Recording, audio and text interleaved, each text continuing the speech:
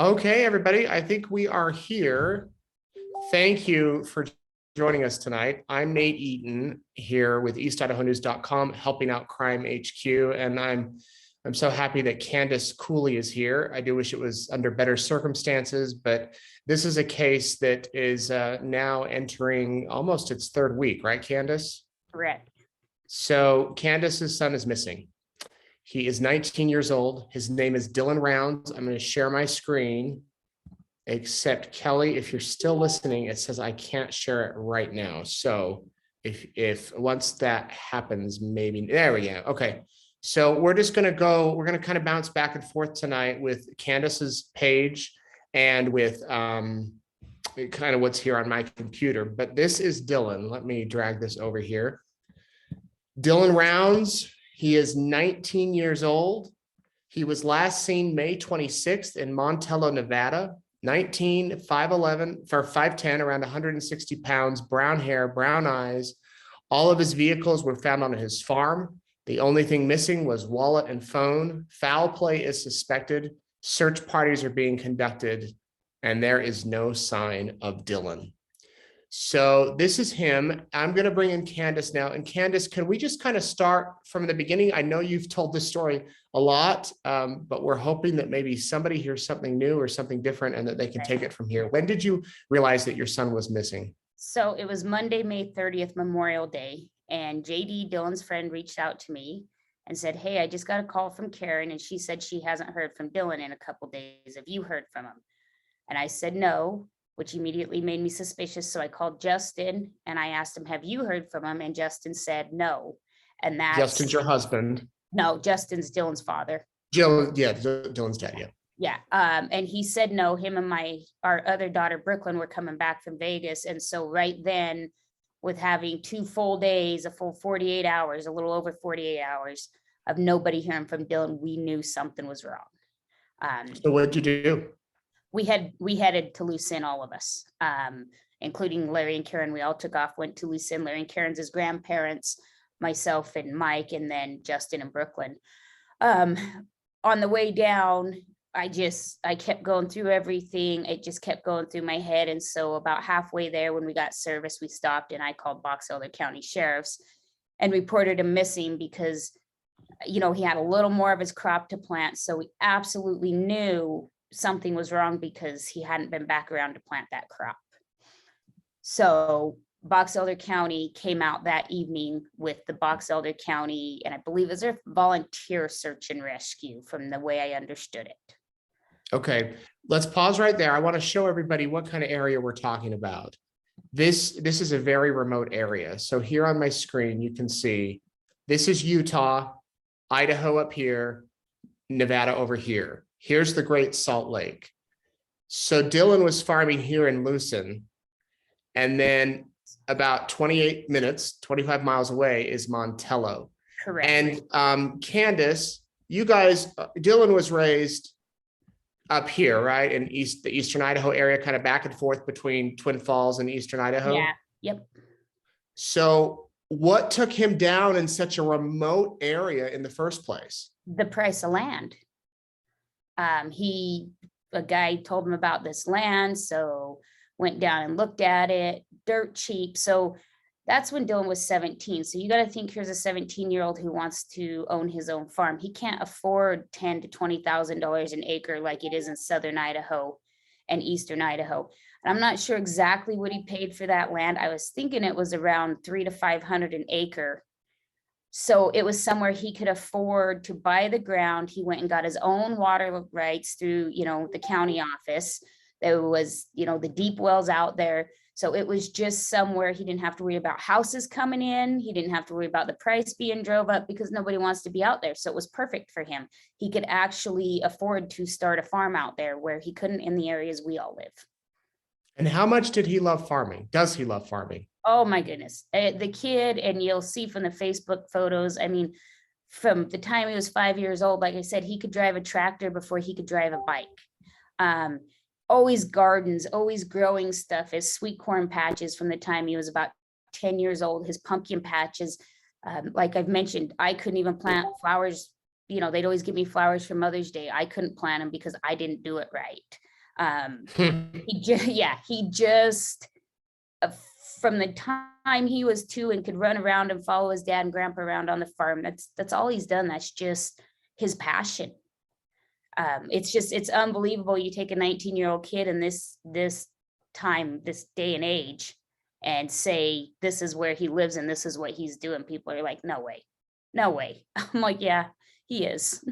So I'm going to go through as you talk. I'm going to go through some of these photos because I met Candice about a week ago. I didn't know it, but you can tell by looking at these photos how much Dylan, this was his life. I mean, you said he's never played video games. He's not into that. He wants to be out, and this is the desert. This is a remote area. So jumping back to the story, you guys drive out to his farm. Here's one of him filling up his snowmobile, it looks like. What happens when you get to his farm? So we get to his farm, and the one gentleman that lives on the property, Jim, is there. So the property that we went to is where his grain truck was parked in the shed. So we get there, we're talking with Jim, his grain truck's there, and then the sheriff show up, and behind then comes in search and rescue. When search and rescue gets there, but approximately between 4 and 5, I wasn't at this point taking real good notes. It took them about an hour and a half to get rolling. They're talking, getting a description of where he might be. So at this point, we're thinking he took his grain truck, he put it in the shed because it's raining, and then he didn't have a ride back to his camper, so he took off walking the 5 miles, which is not out of the ordinary. So we're thinking he's out there in the desert, he's got a broken leg, he's been bit by a snake, something to that level, like we're going to find him. It might not be the best, but we'll get him to the hospital and go on with our lives. About an hour and a half into the search is when they found his boots behind the dirt pile. Search and rescue found him. They took Justin and I over there, and we both looked at each other. I can't even imagine how we both looked, because we knew instantly those were Dylan's boots. We knew. You've seen it everywhere. You've heard it in every interview. Dylan is so particular with those boots. That's the video on Christmas 2021 when he's on the hoverboard, whatever. Yeah, I've got the video right here. So the natural question might be, well, what if he had on another pair of shoes? No, Dylan doesn't have 2 pairs of shoes. He's got his muck boots, which are accounted for, but Dylan doesn't keep 2 pairs of shoes, which is why he's in his work boots Christmas Day in my parents' garage. So this was Christmas Day. You see those boots. Were those the boots that were found there at his property? No, there's no way. Those would have been worn out, but they're the same exact brand. They're the Georgia work boots. A pair of boots might last Dylan, especially in the summer when he wears them every day and he's out and they're getting wet and they get hydraulic oil dripped on them and engine oil, and maybe 3 to 4 months max is all he's going to get out of a pair of boots. But they are the exact same kind, the Georgia work boots that he's wearing in that video that were found. So they find the boots. You guys are alerted of that. Obviously, I'm sure a million alarm bells went off in your head. I'm going to be honest with you. Yes and no, because between law enforcement and search and rescue, it was completely shrugged off.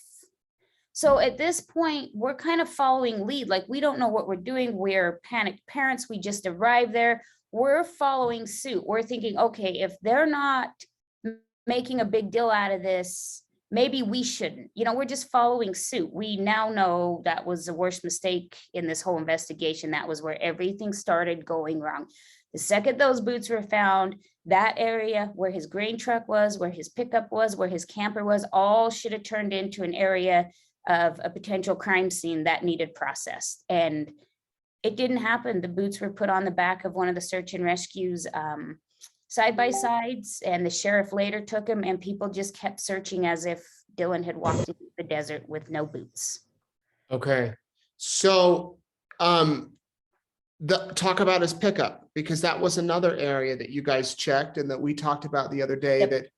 That was clean on the outside. And that was another thing, Nate. So as this progresses and as we're not getting support or really much help from law enforcement, we start leveling off in our heads, and we turn into, that fact base. We need to do what we need to do to find Dylan. The panicked parent went away. The other side of us came out.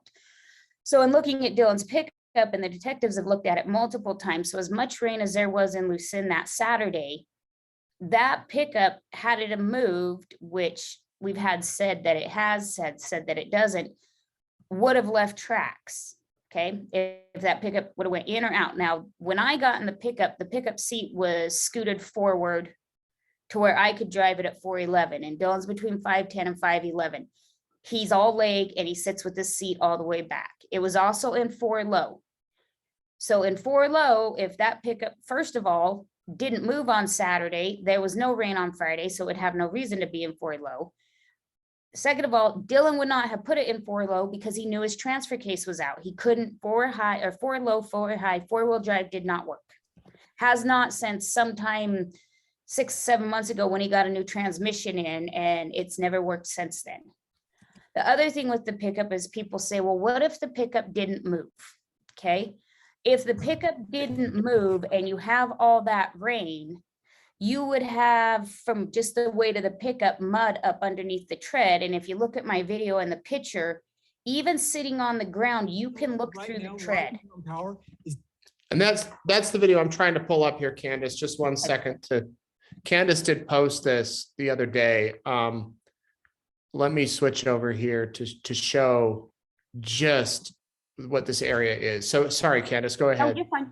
Yeah, so even when we arrived there on Monday, our pickups were still leaving tracks. And so Justin and my daughter, our daughter Brooklyn, and then me and my husband Colton and his friend JD, we all slept out there in our pickups. And even it was still wet enough that our pickups left tracks, and still from the weight of them sitting there for the 4 hours, sunk down, and the mud comes up in the tread.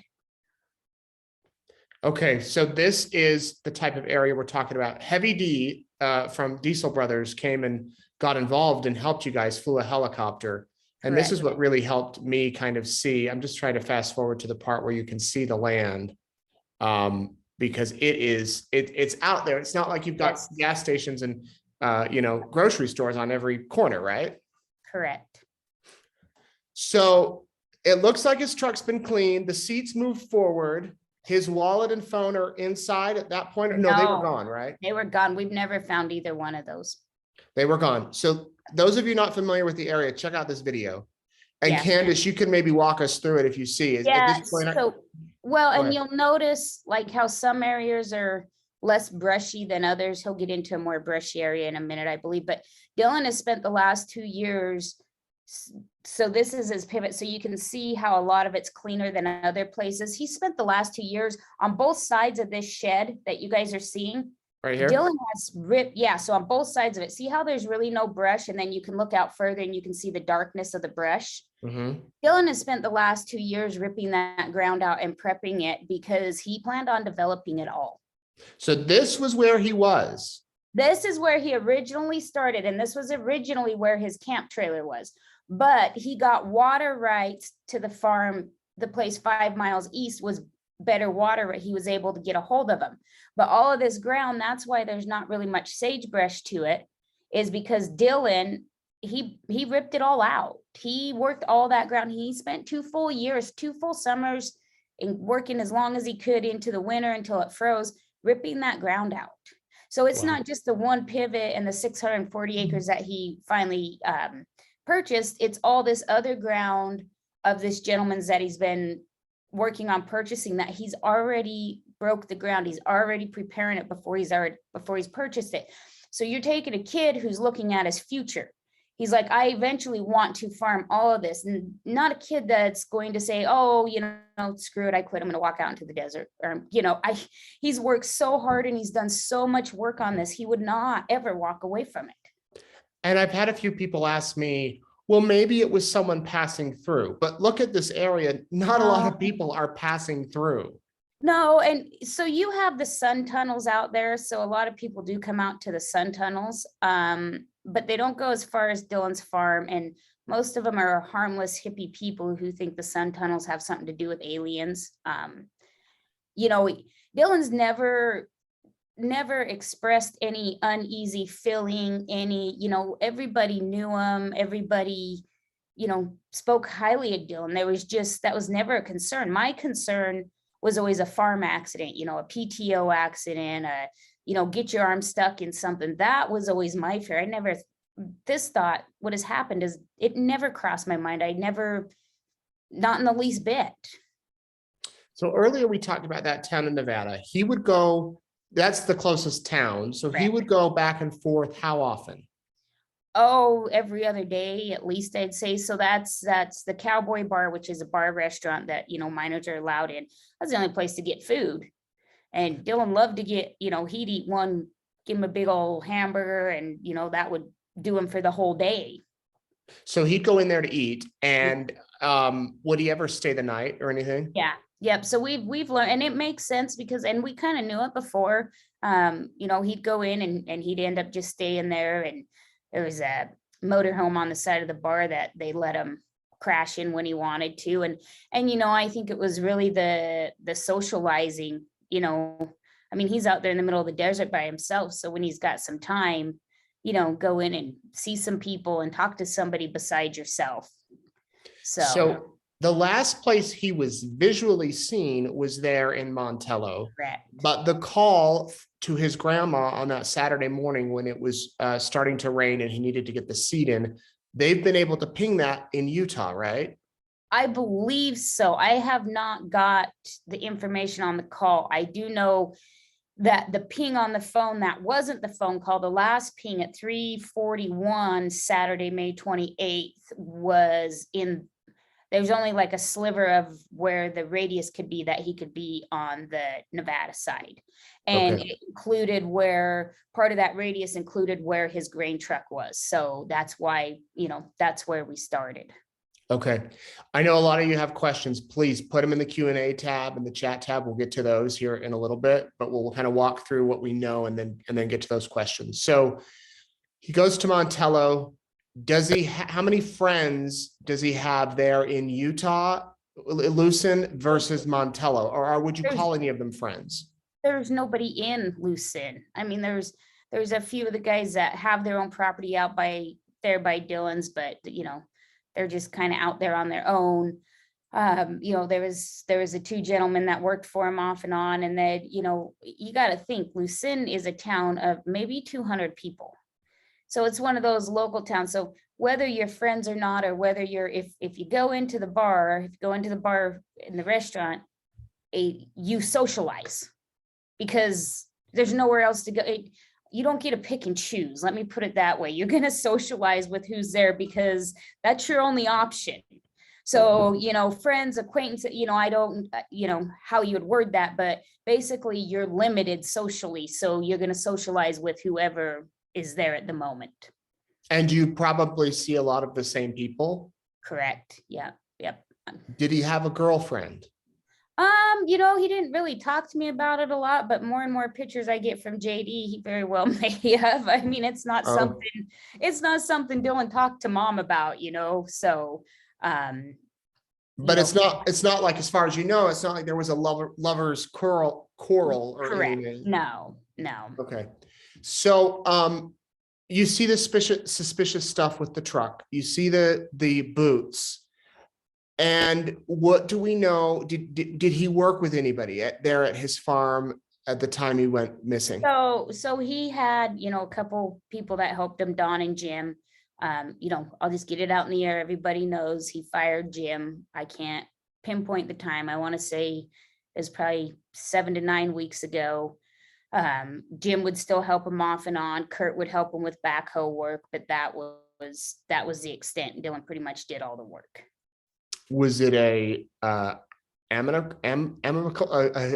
peaceful separation?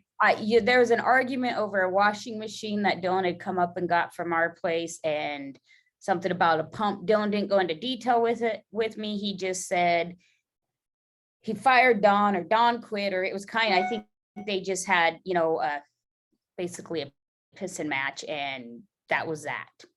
Have you been able to talk to Jim? Don. About. Yeah, they've been around through the whole investigation. I haven't specifically spoken to him about any of this because I feel that's something that the detectives should do in interviewing people. So I'm not going to go up and start questioning, you know, he's been around, he's talked, he's been keeping the pivot running. So that's just been where it sits. So he had interactions with those two men Mhm. before he went missing. And there's been a lot of talk. I want you to clear it up if you can, about this mysterious barefooted man who had an encounter with Dylan a few days before he vanished. So Wednesday, May 25th, Dylan calls me. It's approximately 9:28 in the morning. He says, "Mom, you'll never believe what happened to me." So, okay, what, son? So he says, this guy comes running out of the desert. It looks in front of my pickup on Tacoma Road. It looks like he's been beat up. He's bloody. He's got scratches. He has no shoes on.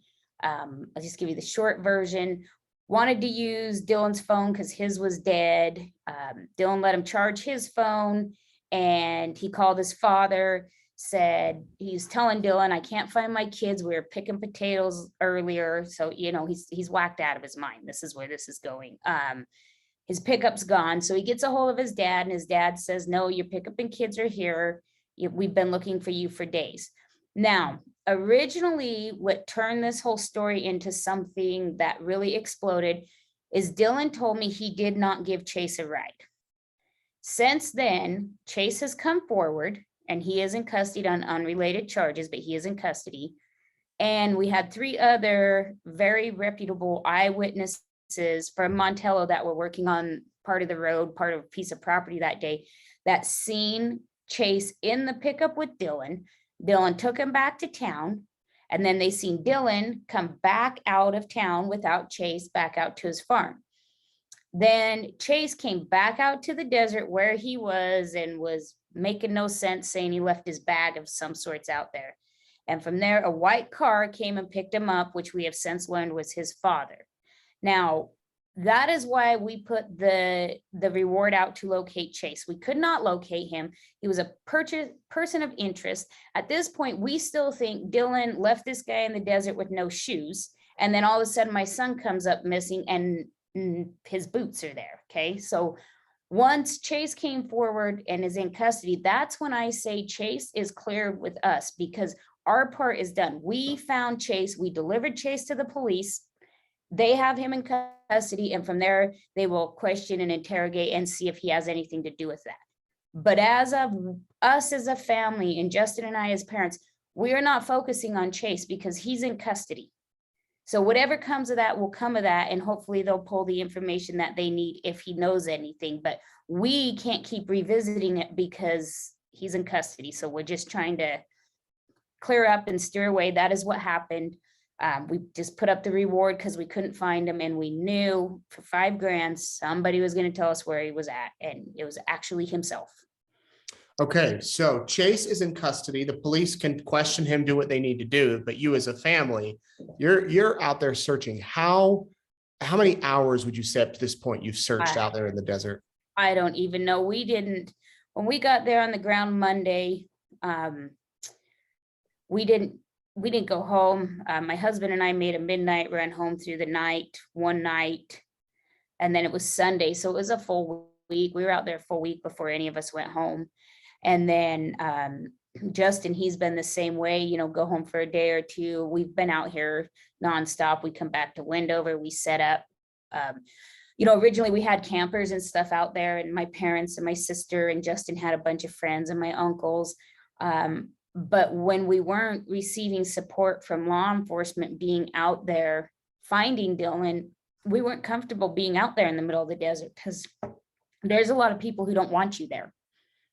So you have all these people, you're running all over BLM. Some of them consider it their own private property, and it's not a good situation. We didn't want to cause any issues or get anybody hurt. So without any help from law enforcement, we pulled out and started setting up in Wendover. Yeah, someone told me if you're going to go out there, be armed. I mean, yes, it is the Wild West. We had in our search party on Saturday, I think it was 4 different groups had guns pulled on them. So, yeah, not just in a threatening, like, don't come near my private public property is basically how I explain it. But yeah, if you go out there, you need to be packing. In all of the searches, we saw the chopper video with Heavy D. We saw some of the footage you've posted. Any clues, any signs? Absolutely nothing. And where's his pickup today? So ISP has it for processing now. Idaho State Police. So now Yeah, you've got Idaho State Police that have come to help, because Dylan, as I mentioned, grew up right near where I'm standing, 15 miles between Rigby and Twin Falls. So they've got the truck. Any news if they've been able to get anything? They just got it yesterday. So their plan is, of course, first of all, run the computer. Dylan didn't have his GPS active, so we're really hoping in driving at home the 250 miles that we did not erase what data was left, because the pickup never should have been able to be taken by us. And we did ask. We asked on Sunday, June 5th, and Box Elder said, yeah, you folks do whatever you need to do. It's your pickup. So it's still at this point on June 5th, it's just like a yeah, whatever. Let's talk about that. So for those not familiar with the area, you've got two, because Dylan was on the one side of the border, it's Box Elder County, Utah. On the other side of the border, it's Elko, Nevada. So you've got two sheriff's offices, and Candice and her family, they obviously want this whole area searched because he could be anywhere on either side of that border. And you get these jurisdictional issues, which it's something John Ramsey talked about at CrimeCon, that, these law enforcement agencies have their jurisdiction and they stick to it. And you got to really cooperate with one another to help families like Candice. So what has this situation been like first with the Elko, Nevada side, where Dylan was last seen but was not living? So when everything kind of started falling into place that we knew, it was foul play, I kept telling Box Elder, we need to go into Montello, we need to get to the Nevada side. So they did reach out to Nevada and got a couple liaisons to do an interview. But I kept saying, we need search and rescue. We need to get out on that side. I was told by Box Elder County that Nevada will do what they're going to do. And if they want to go out and search, they can go out and search. It's their jurisdiction. So it would have been, almost 2 weeks. So it was Friday the 11th. I go in and meet with Elko. I met with the lieutenant, one of the detectives, the undersheriff, and the sheriff himself. And I find out that Elko has been reaching out to Box Elder saying, where do you want us to search? Give us a point of contact. Where do you want us to start? How can we assist? The help just wasn't accepted. They were basically told, we have the situation under control. But they were telling me that it was Elko that was being uncooperative. I spent 4.5 hours at the Elko Sheriff Department going through everything from the very beginning to the very end, again, because they hadn't given, Box Elder hadn't given Elko all the information. And I'm catching a lot of criticism, and I don't care. I'm fine with that, because I know Box Elder doesn't like it. But if you tell me it's any different, then why weren't they out there?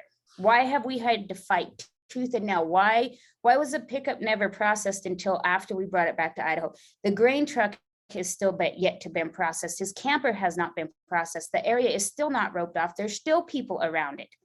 So how can Box Elder tell me how they're treating it and what they're doing, when we all know the first key to solving what happened is the physical evidence? We got, that all should have been there from the very beginning, from the second we found those boots. It should have been treated. When I met with the sheriff and his wife on this Sunday, the sheriff told me the third day into the case, which would have been June 1st, I told all my detectives to treat this as a homicide. Well, if you're treating it as a homicide, why are we not assisted out there? Why are we out there searching? Why do you let the pickup leave? Why is nothing roped off? Why is nothing fingerprinted? Nothing is processed. I don't think they would have a very good homicide solving record if that's how you treat a homicide investigation, because that still has not been done, Nate. It still hasn't been done to this day. That grain truck, that camp trailer, and that whole area, the tractor that Dylan was using to plant his seed, pull his grain drills with. It was another gentleman's, which we will have perfect cooperation from him, but it's the same thing. It also has a ECM you can plug in, pull information off of, even if the GPS isn't active. They allowed that to leave. The backhoe that was out there, that was Kurt's, they allowed that to leave. The stuff's gone. So if you're treating it as a homicide investigation as of June 1st, and today is June 15th, and you still haven't processed that stuff, how is that?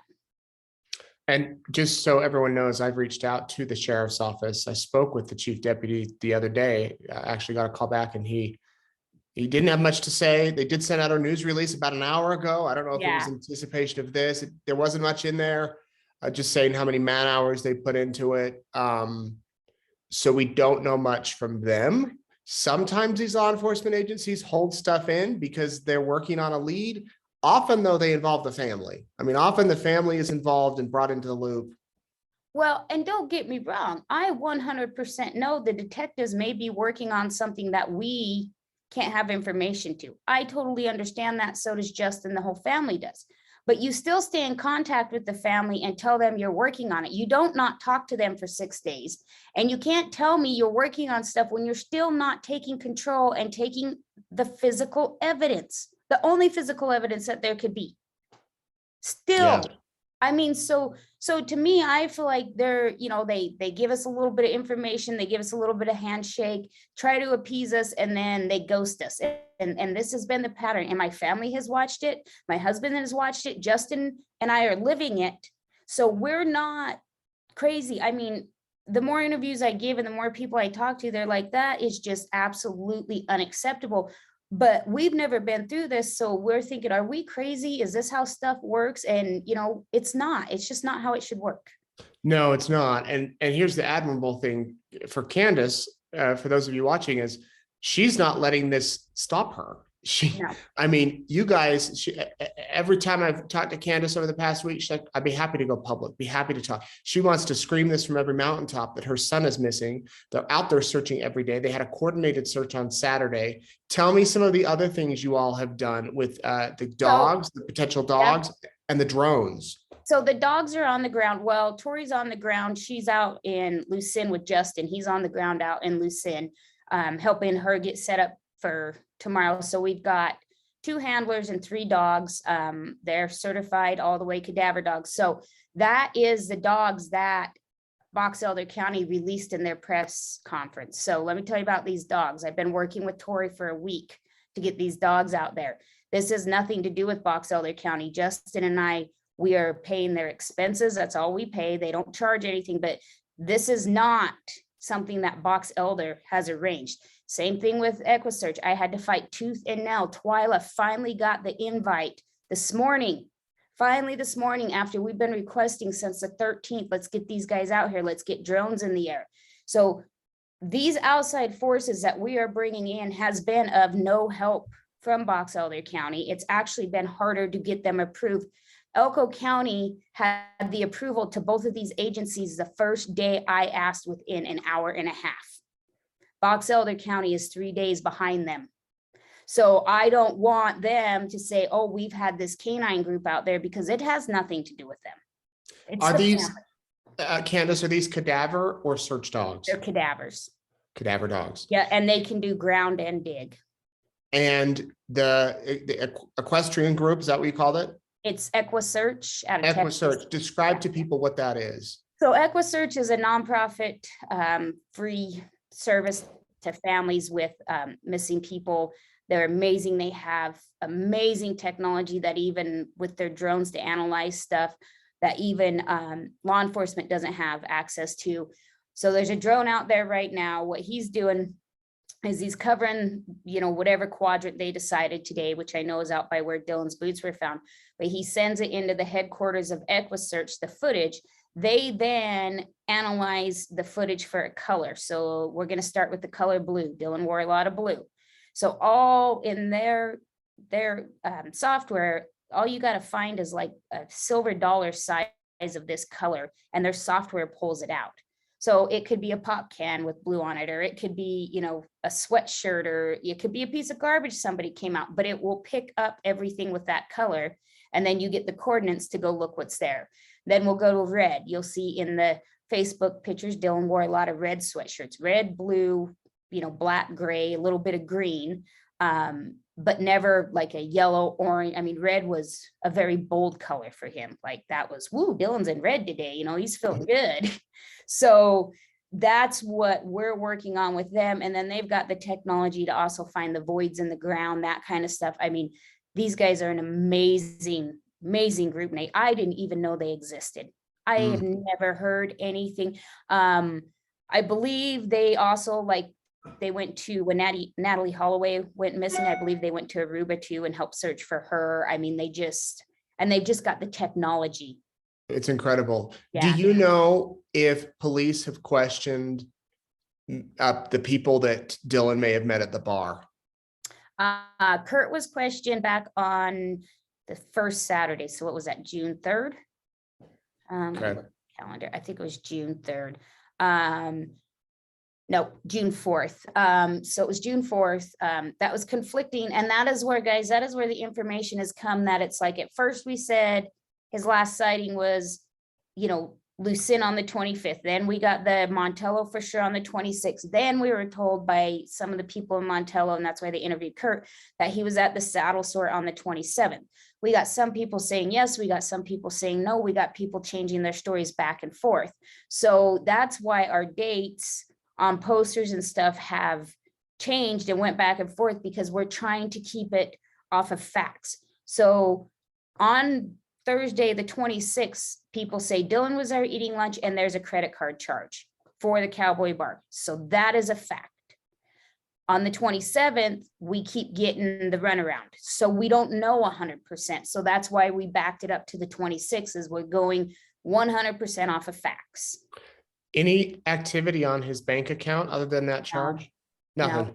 No. And if somebody was going to rob him, if somebody would have came out of the desert, you know, Dylan's got his company credit card on him that has, you know, substantial amount of available funds to him, because parts are expensive. I mean, it's nothing to go to John Deere and spend $8,000 on tractor parts. Yeah. None of that's been touched. His generators, his tools, all the batteries, there's propane tank. I mean, it'd be somebody who's going to steal stuff and then go sell it elsewhere. It'd be heaven for them. Nothing is missing. Nothing. Let's get to some of these questions. We've got a lot coming in and we can go back and forth. Kathleen says, how were the boots found? Side by side, propped up together, or were they more in a more disorganized state? So think, Kathleen, if you take and you pick up a pair of boots in one of your hands, and you got both boots in your hand, and you just toss them. You just toss them aside. And when you toss them, they always land with the tops of the boots in the opposite direction. For whatever reason, that's how they just land all the time. That's exactly how they were found, approximately 3 feet apart from each other. They were just tossed out there. Do you want to talk about the blood? So we have been, so it's been back and forth. You know, I was confirmed Wednesday or Thursday, I think it was Thursday, June 2nd, that the boots, there was blood on the boots. Now I seen the dark spot. When we flipped the one boot over, I did see the dark spot. I noticed it right away. You could tell they might only, you know, the boots were only probably 7-8 weeks old. They were fairly new for Dylan. We knew, myself and one of the cowboys out there knew Dylan had bought new boots recently. But I chalked it up to hydraulic oil. But you also got to realize at that point, I'm still panicked mom. I'm not going to the driven part of me yet. I'm just panicked. So that Thursday we were told the boots were in the lab and there was blood on them. Come to find out, on that Saturday, we were lied to. The boots were not in the lab. And yes, it looked like blood, but they hadn't been tested. The boots did not make it to the lab until June 6th, a full week after they were found. And so you don't know if that was blood or not. Well, so then in meeting with the sheriff and his wife on Sunday, they confirmed to me it was blood. This is not information any of the detectives have reached out to me with. This is not anything anybody's told me. The first I heard of it was Sunday, which would have been the 13th, 12th. And I don't want to get graphic here, but how much blood? I mean, are we talking? Just, I mean, you're talking a nickel size, like it just looks like a drop. it wasn't very Hmm. big. On one boot or both? One boot. Well, One boot. that's all I seen. But once again, I haven't been told anything else, so I don't know. That was the only visible spot. What they found throughout the rest of the testing, or what they've actually done, I don't know. They, at this point, they haven't even collected anything from us for Dylan's DNA. Mm. Evelyn asks or says, so sorry you're going through this. Did they use tracking dogs to track his scent? No. Okay. Kathleen, does he have any history or suspected mental health issues like depression or bipolar? Absolutely not. The kid was on top of the world. Is this town a common place for passing travelers? We kind of talked about that. No. Has he ever been approached to sell the land, and is there a will?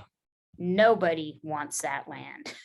That land's been sitting out there vacant for 14, 15 years is the last time somebody tried to farm it. Nobody even knows that land's there. You're so far off the highway and so far in the middle of nowhere, you get out there and you can't even keep your directions straight. There's no, and I'll clear this up right now. I've had a couple people on Facebook hit me up just so we can avoid this. What about the grandfather? Would the grandfather have motive to get rid of Dylan because he was a partner? Absolutely not. That kid was Larry's life. He loved that kid. He is the one. That's why he helped him get going. That is absolutely not anywhere in the realm of reality. And I mean, he is so torn up over this. It's just, it's not even an area to even look at. Did he tend to carry cash on him or known to have money? No, just his cards most of the time. He would get a little bit of cash, but going through his bank records for since January, you're talking like he'd pull out of an ATM 3 times, 4 times a month, $100 here, $50 there, nothing substantial. Did he have weapons? Were they still there? So we haven't located his .40 caliber pistol. His shotgun was at his great-grandfather's where he stays in Eastern Idaho. So he had a shotgun at grandpa's and a pistol there at the property, and you haven't found the pistol. Correct. Did he travel with the pistol? Yes. He did. But I don't know if he would take it out of his pickup to get in his grain truck. It was always in his pickup. So. All right. And it's not, he might travel over into Nevada to go to the bar, but it's not like it's going to be on him at all times. It could have been in the truck. No, it's usually, he doesn't even have a holster for it. So. Kathleen asked, and I think we kind of touched on this, are the police treating this as a priority overall? Would you say yes or no? I know Elko's really stepped up, and I believe that Box Elder has stepped up at this point now after all the media coverage, but it's taken 2 weeks, two weeks. So I got an email from the sergeant on Saturday after the piece with Fox 13 News aired, where I kind of put it out there. After that aired, it was within 10 minutes that I was being reached out to. That's what it took again. I have asked at the very beginning for email updates. You can email. There's just been nothing. Talk about wild animals out there. Are there any? No. No bears, no wolves? No. You've seen occasional antelope and a couple mice. Yeah. Again, it's the desert. What about mines? Lots of mines, tons of mine shafts. That's where EquiSearch is going to come in really handy, because they've got the drone pilots with the smaller drones that they can fly down into the mine, take them down into the shaft. I mean, there is mine shafts that are so deep, you can drop a little light down them like a glow stick and it just disappears. So we are focusing on there too. Yeah. And there's so many mines out there. And caves, Nate. There's so many caves that look little tiny and then they open up. You wouldn't even think of looking at them. You got to crawl through this little tiny hole, and then all of a sudden. You don't know how deep they are. I mean, how far down they go. It's just crazy. Yeah. A lot of people asking, how can they help you? Right now we are trying to keep the word out, trying to keep Dylan, keep his face out there, keep everybody aware of what's going on, because it's been the public that has gotten us the help that we need. That is why EquiSearch is there. That is why our dog group is coming. I've got another dog guy out of Seattle who's reached out to me, and when I get done, I'll chat with him that wants to come help. Everything in the sharing and through the media and keeping positive comments and just positive stuff out there in Dylan's face is bringing us all the assistance we need. It's getting us the technology, it's getting us the help, it's getting us the coordinated efforts to find Dylan. And just so we're clear, there's one authorized Facebook page. Correct. And there's no GoFundMe on purpose. Correct. But yes, do not donate to anything that says help find Dylan Rounds, donate. We have nothing like that set up. It's all a scam. And go to the one Facebook page, which is Find Dylan Rounds by Missing in America. Okay. That's the only one. There's a bunch of them that are popping up. I know. With I know, and information. Jazz is being amazing. She's our coordinator and our lady from Missing in America, and she's absolutely amazing at sifting through. I mean, I can't imagine how many hours a day she spends sifting. I mean, she's in contact with me 24/7. Like, do you want this put out there? Do you want that put out there? Here's a GoFundMe. I just stopped. Even if it's Dylan's friends, guys, we've had people that have went to high school with Dylan. We've had people out of the Twin Falls area that Dylan knew that they're saying, help me find my friend. We want to raise $1,000. I can assure you that money is not going to help find Dylan. So I don't care who it is, unless it comes from myself or it's something that I release to Nate and we have a discussion about it. It is a scam. It's so nice to have that crystal clear, because Yes. so many people want to help. And a lot of times we think, I'll give money. I don't care. I just want to help and give money, but Right. don't do it. Yeah. And like I Candice? said, everything's been donated to us. All the choppers, everything, all these people have come to help us out of the goodness of their hearts. So we're not, even when York came out in his choppers and Justin had his buddy there from Eastern Idaho, all of these people are donating this. We're not, they want to find Dylan. That's how many people he touched and how different and just good of a kid that he was. There's that many people that want to find him. What do you think happened to him? I think in my heart, whatever happened right at that farm. Whatever confrontation happened right there at that farm. And from there, I think whoever did it used his pickup. Hopefully we get some information off of his pickup on where it'd been when the last time it was running and brought it back. I think they pressure washed it. They didn't steal anything and they walked away. And is he still alive? I hope so. I hope they have him somewhere and we find him and he's in terrible shape and we have to go to the hospital and deal with that and the trauma. That is really what I'm hoping for. The reality of it, we all know the statistics, so we have to just stay forward and stay focused and keep on the positive and find him. But it's got to be facts. We've got to get some more facts. We got to find something. And that's why it was so critical in those first couple of days to get all of that information, get everything processed. We lost all of that. I mean, we lost so much from Box Elder treating it the way they did that we may never know what happened because of losing that. I know every person watching hopes that that's not the case, and that, like you said, he's somewhere safe or injured or something. Let me go through some of these comments. Someone is suggesting you reach out to the Vanished podcast. They might be able to help publicize it. Someone is asking, with how many people are out there, like you say, it seems like they'd be the people of interest. Has Box Elder gone to any homes? So there's really not a whole lot where Dylan's at. There's two guys that live down across from, a little ways from where his grain truck was. They were in and out, helping search, talking to us. Dylan never had any guff with these guys. They didn't mind him being there because Dylan was there for the same reason they were there. He didn't want to be bothered. He didn't want people moving in. So they didn't have a problem with Dylan. That was fine. It was just the crazy teenager out there farming.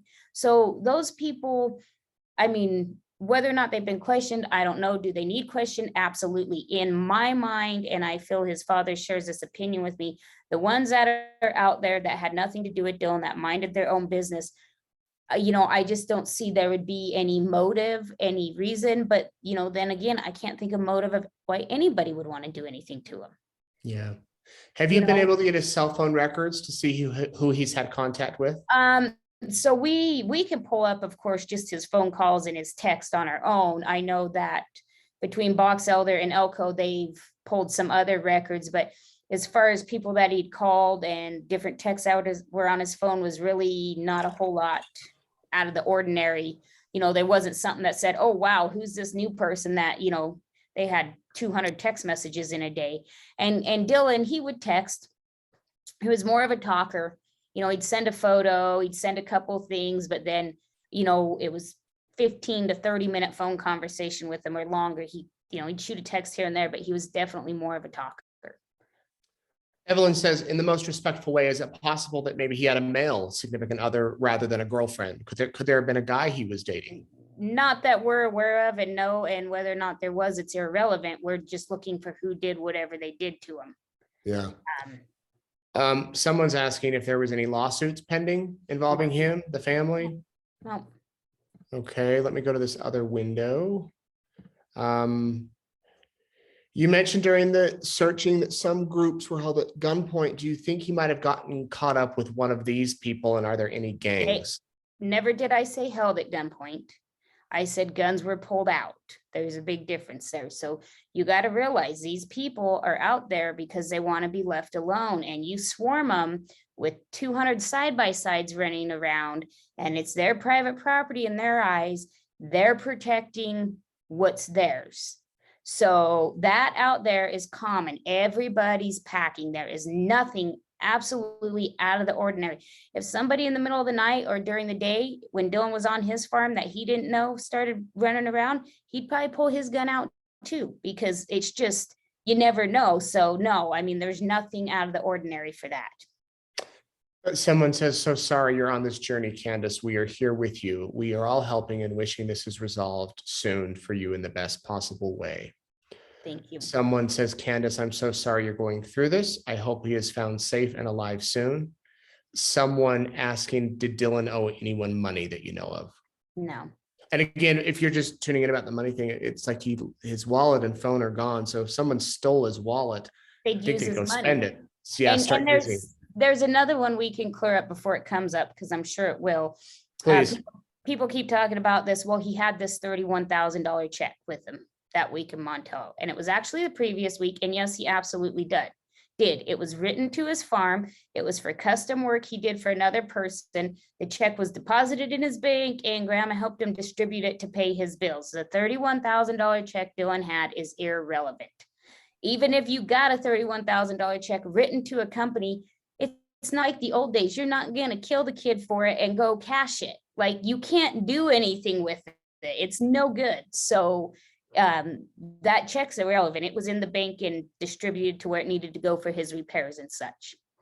And again, if you've got his wallet, you'd think you'd spend the money. I mean, it's right there, and he had a high limit on his card, right? Yeah, and it was never, the last charge on it was Thursday the 26th at the Cowboy Bar.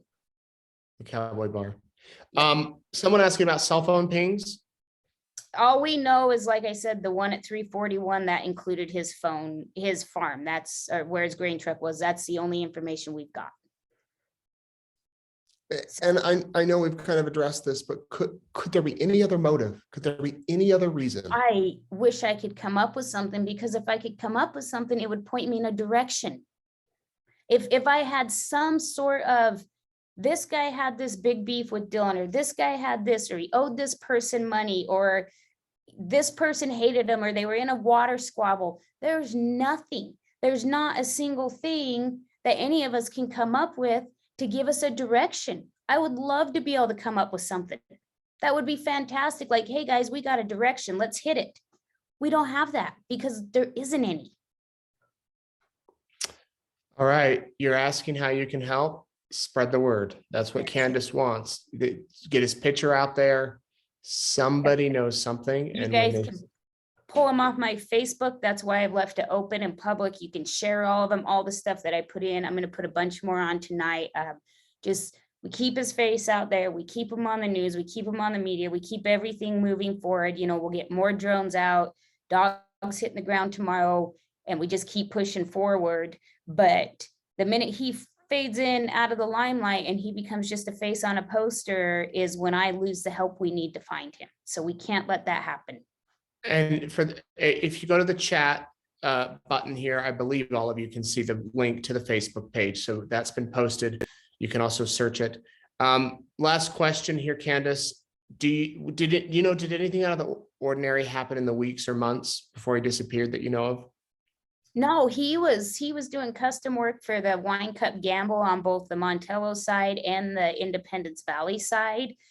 He was in his typical triangle between Lucin, his father's house, and my house. No attitude changes, no the typical, it's time to get me some t-shirts and lighter flannels, mom, for summer, because I'd always get him stuff at Costco because I work at Costco. Nothing, no change whatsoever. Just not even a hint of anything. And I've went back through our texts and I went through my phone records, and it's like, yeah, he was right on cue. Call me every 2 to 3 days, have a 15 to 35 minute conversation. And there's just nothing. There's not a single thing any one of us can find that was out of the ordinary whatsoever. Well, Candice, we appreciate you talking with us, and we're all here to help you, pray for you, think about you and your family. And hopefully the next time we meet, he's found and he's safe. And there are some answers, and we'll stay on top of it. You can follow it at eastidahonews.com. We're reporting on it. My Facebook page, Nate Eaton Reporter. Candice has her Facebook page, is Candice Cooley, along with the search page. So it's out there. We'll continue to put it out there. Thank you again. Thank you all for watching. Keep in touch with us if you've got any further questions. We're going to hand it back over to Kelly now so she can kind of wrap things up. And we wish you all the best, Candice. Thank you. Thank you.